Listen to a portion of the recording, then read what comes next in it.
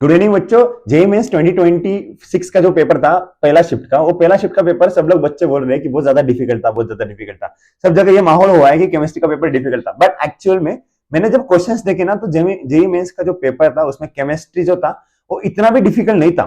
बच्चों को डिफिकल्ट क्यों गया? क्योंकि दैट मोमेंट में केमिस्ट्री का क्वेश्चन पेपर सॉल्व करना ये थोड़ा टफ लग रहा था। क्यों? क्योंकि बहुत सारे स्टेटमेंट क्वेश्चंस थे एंड जो कैलकुलेशन था वो ट्रिकी कैलकुलेशन था। एंड एक्चुअल में देखा जाए तो बहुत सारे ऐसे टॉपिक्स थे जो फ्यूज किए गए थे, मतलब फिजिकल को ऑर्गेनिक के साथ, इनऑर्गेनिक के 2-3 चैप्टर से क्वेश्चंस एक साथ अरेंज किए थे। केमिकल बॉन्डिंग और कोऑर्डिनेशन कंपाउंड्स के फ्यूज टॉपिक्स बहुत ज्यादा आए थे। ठीक है, सो जनरली ओवरऑल यदि मेरे को देखा गया तो एज अ एजुकेटर ये जो क्वेश्चंस थे मेरे को तो नॉर्मल लगे, एवरेज लगे, बट अकॉर्डिंग टू स्टूडेंट्स, जो हर कोई बच्चा एक्सपेक्ट करता है कि केमिस्ट्री का जो भी पेपर हो तुमको 40 मिनट्स टू 50 मिनट्स में सॉल्व होना जाना चाहिए।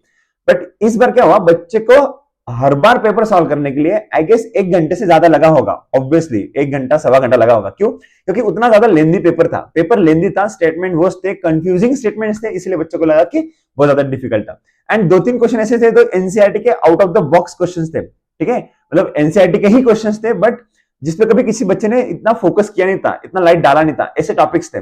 जस्ट लाइक CrO5 जो था अपना कंपाउंड, वो रिएक्शंस, इनऑर्गेनिक की रिएक्शन से ज्यादा क्वेश्चन आते नहीं है, बट वहां से क्वेश्चन आए थे। इसलिए ओवरऑल जो पेपर बच्चों को लगा है कि बहुत ज्यादा डिफिकल्ट है, बट एक्चुअल में जो मेरे को ऐसा लगता है कि पेपर मॉडरेट था, मॉडरेट टू टफ लेवल पे था। बट जनरली जो ट्रेंड होता है केमिस्ट्री के लिए वो ट्रेंड इस साल नहीं था, इस साल थोड़ा ट्रेंड अलग था। एंड जो पहले पेपर में ट्रेंड फोकस हुआ है वो सेम ट्रेंड लास्ट में भी रहेगा।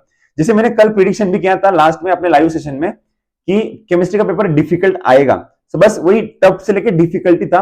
एंड कोशिश करो कि जिस तरह के क्वेश्चंस है उस तरह के सभी क्वेश्चंस आएंगे इस अगले आने वाले शिफ्ट्स में, उसके आसपास ही क्वेश्चंस घूमेंगे बस। ठीक है, सो फिर से मिलते हैं रात को 9 बजे पेपर लाइव डिस्कशंस के साथ। ठीक है, पेपर 1 और पेपर 2, जो शिफ्ट 1 और शिफ्ट 2 के दोनों के पेपर थे, हम दोनों डिस्कस करने वाले रात 9 बजे। एक डिस्कस करेंगे पहला, फिर बाद में दूसरा करेंगे डिस्कस। ठीक है, तो आओ सभी लाइव ज्वाइन करो एंड पूरा केमिस्ट्री का पेपर डिस्कस करते हैं। ठीक है, और प्रिडिक्शंस करते हैं कि कल कौन से क्वेश्चंस आ सकते हैं।